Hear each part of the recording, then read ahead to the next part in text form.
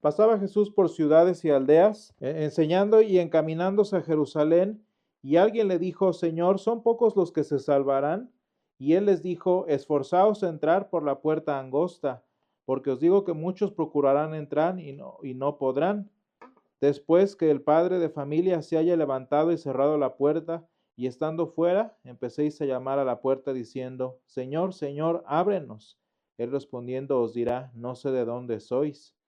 Entonces comenzaréis a decir, delante de ti hemos comido y bebido, y en nuestras plazas enseñaste. Pero os dirá, os digo que no sé de dónde sois. Apartaos de mí todos vosotros, hacedores de maldad.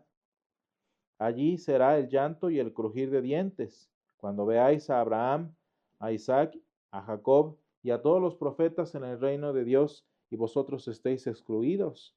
Porque vendrán del oriente y del occidente, del norte y del sur, y se sentarán a la mesa del reino de Dios, y he aquí hay postreros que serán primeros, y primeros que serán postreros. Amén.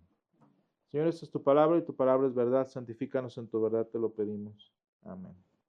Una de las simbologías que utilizamos en, en Semana Santa especialmente, pero que en la iglesia romana, por ejemplo, utilizan para todas las fiestas mayores, como por ejemplo el jubileo que ahorita está sucediendo, me parece, en Roma, es la apertura de las puertas santas, como les dicen en algún caso, o simplemente a la apertura de las puertas de manera total, que cuando ustedes pasan por enfrente de las iglesias, hasta se ve raro poder ver por completo el interior de las catedrales, de las basílicas, de las capillas y demás edificios importantes, porque precisamente se anuncia una invitación especial para que la gente participe, para que la gente entre.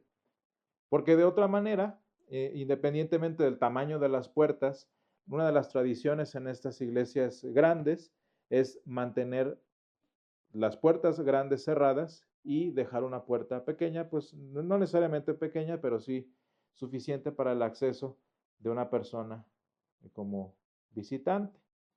Digo, esto no tiene mucho que ver con el funcionamiento diario de las iglesias, pero sí es un símbolo bastante interesante que las iglesias utilizan, que estos edificios utilizan para demostrar momentos especiales.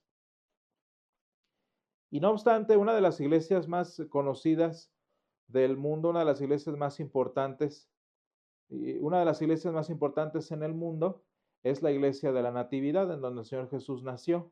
Hoy en día está en Palestina, en territorio palestino, allá en Belén.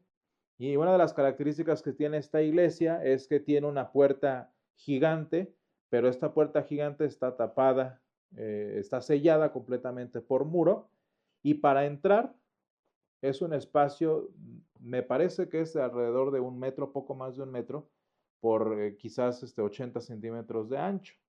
Es una puerta bastante pequeña que le llaman la puerta de la humildad, porque precisamente para entrar a esta gran basílica, que sí está relativamente grande en su interior, hay que pasar por esta puertecita.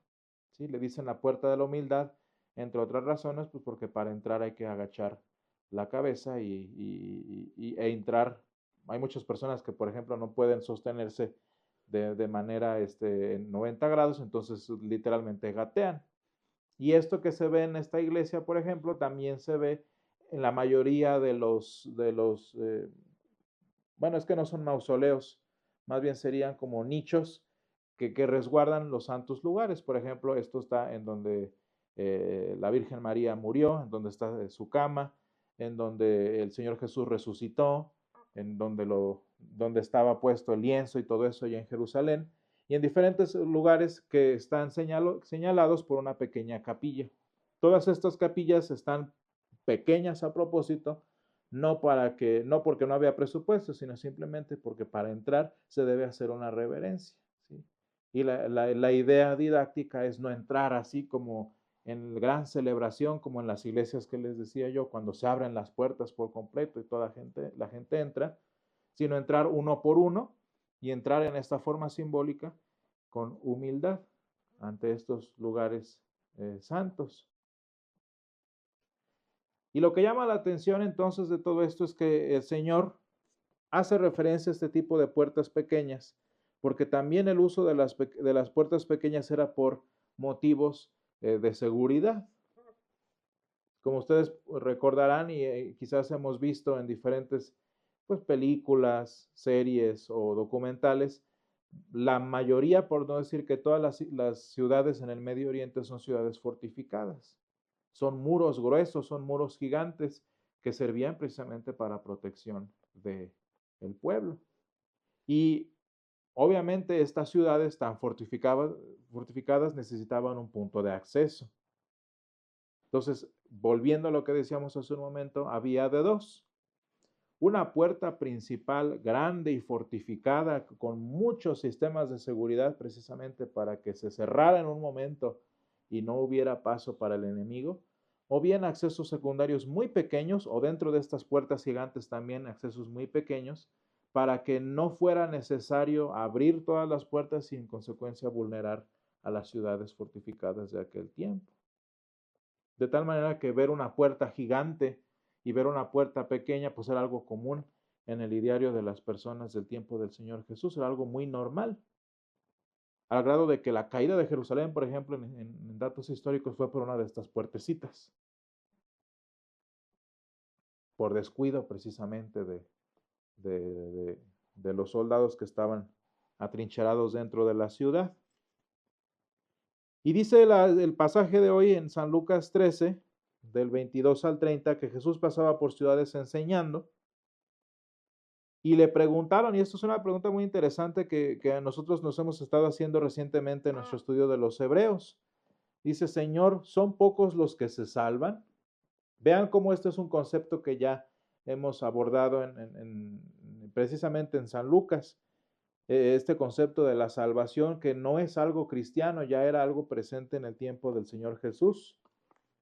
Y le preguntan al Señor si son pocos los que se salvan.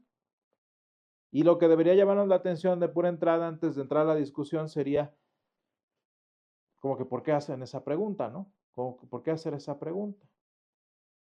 Y yo creo que no nos cuesta mucho imaginarnos la razón. Imagínense toda la cantidad de personas que participaban en los rituales comparada con las personas que vivían de corazón, que vivían de honestidad, lo que la palabra de Dios enseña. Imagínense entonces cómo una persona, quizás esta persona que conoció, que le preguntaba al Señor, veía cómo el templo se amotinaba de personas y lleno de adoradores, pero luego volteaba a las plazas, luego volteaba a las ciudades y no se notaba. Veía las sinagogas llenas de personas, llenas de asistentes, discusiones y de todo tipo, y a la hora que voltea y busca dónde hay, pues no hay nadie. Al grado que a nosotros también nos quedaría muy, muy cómoda esta pregunta, ¿no? Son pocos los que se salvan, o sea, como que ¿por qué no hay nadie? Porque aunque están llenas las iglesias, porque aunque, bueno, las sinagogas en aquel momento, porque aunque está lleno el templo, se ven bien pocos, y en la realidad.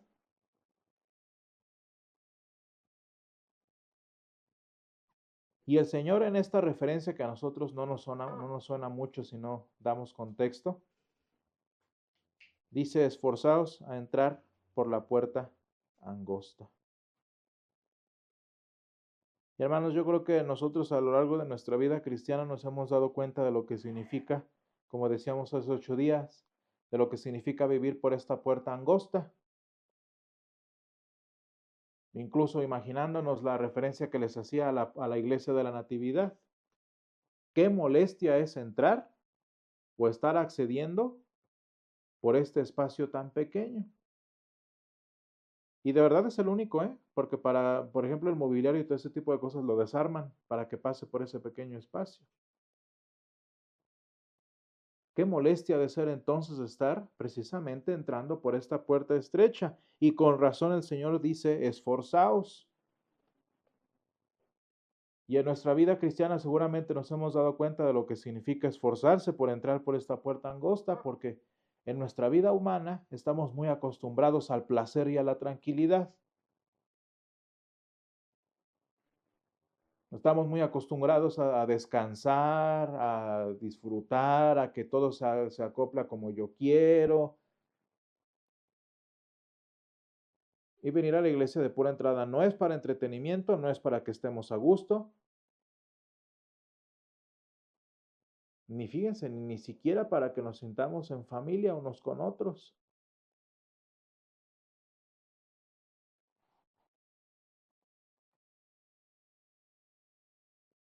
Me imagino que pocos en el Antiguo Testamento habrán pensado que ese era el propósito de una ciudad fortificada. ¿Cuál era el propósito de las murallas? Pues no darle sentido de comunidad a las personas, ¿verdad que no?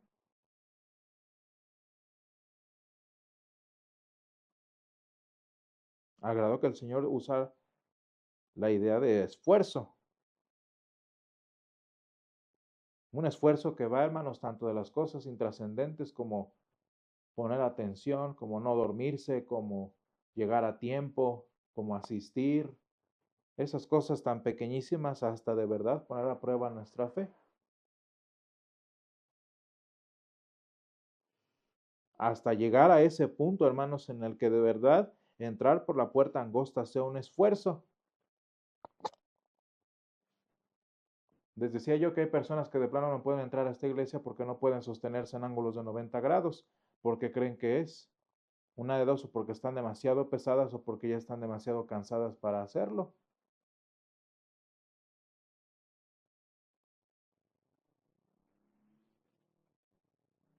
Dice el Señor, porque os digo que muchos procurarán entrar y no podrán.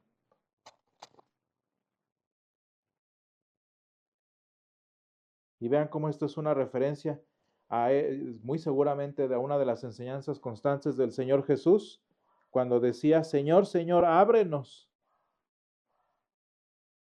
No podemos imaginar cuántas veces el Señor habrá dicho lo mismo como para que en dos instancias por lo menos lo hayan dicho, lo hayan recuperado los evangelios. Señor, Señor, ábrenos. Y el Señor, el padre de familia, les dirá, no sé de dónde son. Apartaos de mí, dicen la segunda vez, vosotros hacedores de maldad. Y vean cómo no estamos hablando en términos, pues no sé, de identidad, de comunidad, de sentirnos en familia. Vean cómo refiere el Señor en el versículo 28, el no entrar por la puerta estrecha. Allí será el llanto y el crujir de dientes a causa de la exclusión, como dice al final del mismo versículo.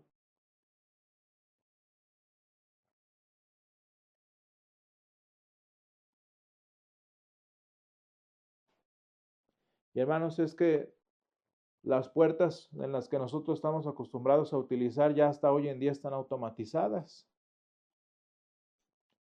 Imagínense si esa comodidad, las puertas comunes y corrientes físicas ya llegaron, ¿no? Imagínense las puertas sociales en las que estamos acostumbrados. Y no se diga en este tiempo, hermanos, en, literal en la década en la que estamos, esas famosas puertas gigantes de oro que se abren y están para abrirse, que se llaman inclusión.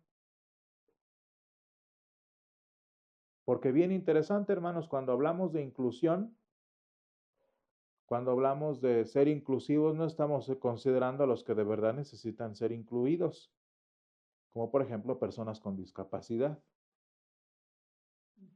como por ejemplo personas en situación de vulnerabilidad real. ¿Qué propósito, hermanos, tienen las puertas grandes y de oro que ahora nuestra cultura ha desarrollado? Pues nada más darle satisfacción a la temporaneidad de los individuos. Darles ese placer y ese deleite que tanto están buscando y por el que quieren entrar, fíjense, no calladitos, sino de manera explosiva. Cuando hablamos de estos temas, a mí siempre me llama la atención notar eh, que son movimientos, ¿cómo le podemos decir? Como épocas, literal. Nosotros en México vamos atrasados como unos 10 años de cuando empezaron estos movimientos y por eso apenas nosotros vamos entrando en toda la discusión. Pero en los países en donde ya lo hicieron, por ejemplo en Europa y en Estados Unidos, ya vienen de regreso. ya se dieron cuenta de lo que significa abrir las puertas a lo tonto, cuando lo que necesita hacer es una ciudad fortificada que le llamamos cultura y que le llamamos civilización.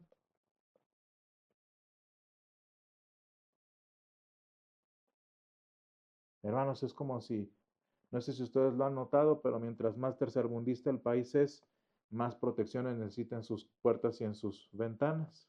¿Por qué creen? Pues porque obviamente la protección y todo eso no es nada más por ser ¿cómo le podemos decir? Retrógradas o proteccionistas o lo que sea, es porque si dejas, a ver, quiero ver que dejes tu puerta abierta toda la noche. ¿Y qué es lo que está pasando? Irónicamente en todo esto, hermanos, que ahora esas puertas doradas y gigantes abiertas para que todo mundo incluido, nadie excluido, ya las están empezando a cerrar poco a poco. Ya esas legislaciones locas y tontas ya están empezando a... Porque hermanos, una cosa interesante es que el maligno, incluso la maldad humana como tal, no vienen a compartir con nosotros el sentido de comunidad que ahorita tan románticamente le queremos dar a las murallas. ¿A qué viene el enemigo, hermanos? A qué fue Nabucodonosor a Jerusalén? No fue a ser parte de la comunidad jerusalina, ¿verdad que no? Abran las puertas, que todos entren y que todos sean bienvenidos, pero no vienen a ser parte de casa, vienen a poner su casa en tu casa. Y hermanos, ¿cómo es posible que grupos tan pequeños han logrado estremecer la cultura con el único propósito de satisfacer sus necesidades y sus inmundicias? Porque hermanos, después de tantos años y sigue habiendo discriminación y sigue habiendo violencia contra, por ejemplo, las personas con discapacidad, que no era por ellos, que no eran para ellos, para el débil, para el desprotegido. No es cierto, todos estos movimientos, hermanos, de libertad y de inclusión, de puertas abiertas, son para el que tiene pies para entrar bailando y no para el que no puede moverse o peor aún, para el que no ha nacido.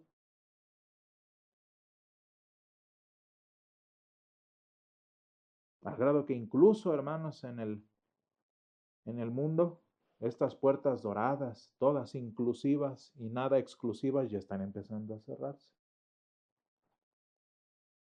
Y hermanos, yo leía un libro en la semana que se me hizo muy interesante ver cómo el tema era relacionado, pero no específicamente esto. Un análisis histórico, filosófico, argumentativo de este tema que les estoy diciendo, que no necesariamente tiene que ver con lo de ahorita. Pero a lo que voy es que me llama mucho la atención como después de páginas y páginas de análisis, de historia, de argumentos y todo eso, llegan a la conclusión de que puede ser e igual y si es buena idea partir desde un argumento divino.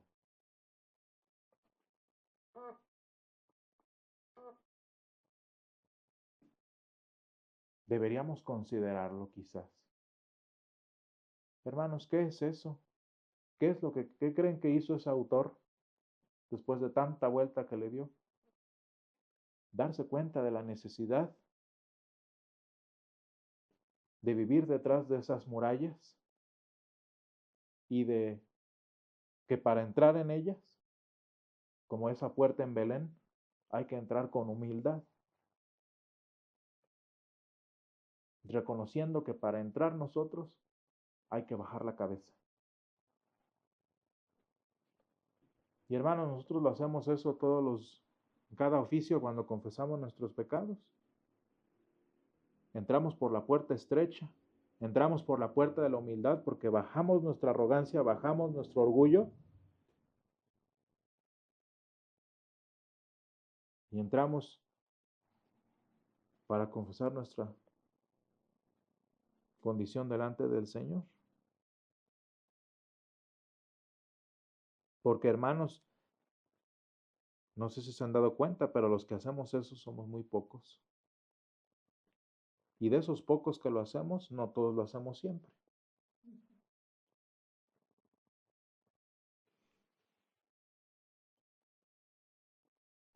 Y no obstante, hermanos, si bien es molesto, si bien requiere esfuerzo, como bien dice el Señor,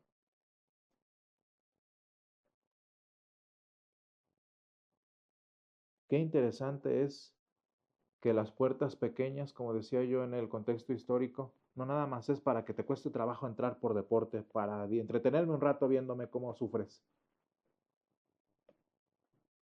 Qué interesante, hermanos, es considerar, por ejemplo, que las leyes migratorias, por ejemplo,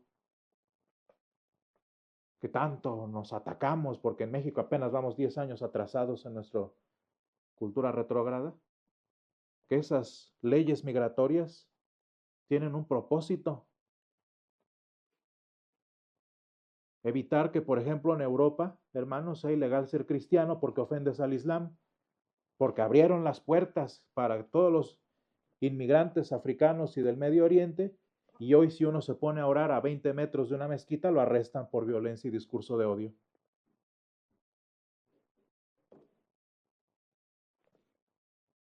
Qué interesante, hermanos, es ver que la ley del Señor y estas puertas incómodas y chiquitas por las que nos obliga a entrar, es para evitar, hermanos, que también la maldad entre a flujos y entre en abundancia a nuestras iglesias, por ejemplo, y por sobre todo entre a nuestras vidas. De manera, hermanos, que cuando nosotros aprendemos a esforzarnos y a padecer para entrar en esa puerta angosta, como que empezamos a notar que todo lo fácil, que todo lo agradable, que todo lo estimulante, por una razón lo es, para hacernos daño, para llevarnos a ese fin que es el quedar excluidos, porque el Señor no es inclusivo, quedar excluidos y quedar fuera en el llanto y el crujir de dientes. Y hermanos, una cosa interesante entonces para considerar es que sí, ciertamente es molesto y es difícil y requiere esfuerzo entrar por la puerta estrecha. Pero esta puerta estrecha, hermanos, que nos hace humillarnos, también nos garantiza nuestra seguridad y nuestra vida eterna. Dice el versículo 29, porque vendrá el del oriente y del occidente, del norte y del sur, y se sentarán a la mesa en el reino de Dios.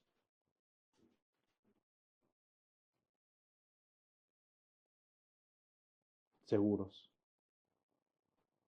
tranquilos. Porque hermanos, eso es lo que nos enseña, por ejemplo, nuestra confesión. Que cuando nos humillamos, que cuando bajamos nuestra frente, cuando entramos en estos ángulos incómodos por las puertas estrechas, lo que está detrás de esa puerta incómoda es la certeza de nuestra salvación y nuestra vida eterna en Cristo Jesús. Gracias, Señor, te damos porque nos has llamado a esta puerta estrecha por la cual entramos. Gracias, Padre, porque nos enseñas, Padre, a alejarnos de los placeres y de los deleites, Señor, que están puertas abiertas para invitarnos. Gracias, Señor, porque nos enseñas a bajar la cabeza. Nos enseñas, Señor, a esforzarnos para dejar todo lo que estorba, todo lo que sobra, Señor, y entrar con humildad delante de tu presencia. Pero sobre todo te damos gracias, Padre, porque esta dificultad, esta molestia de entrar por la puerta estrecha, Señor, también es la certeza de nuestra seguridad dentro de tus muros. Ayúdanos, Padre, a vivirlo, a conocerlo y a entenderlo, Señor, como tú anhelas para cada uno de nosotros. Te lo pedimos todo esto en el nombre de Jesús. Amén.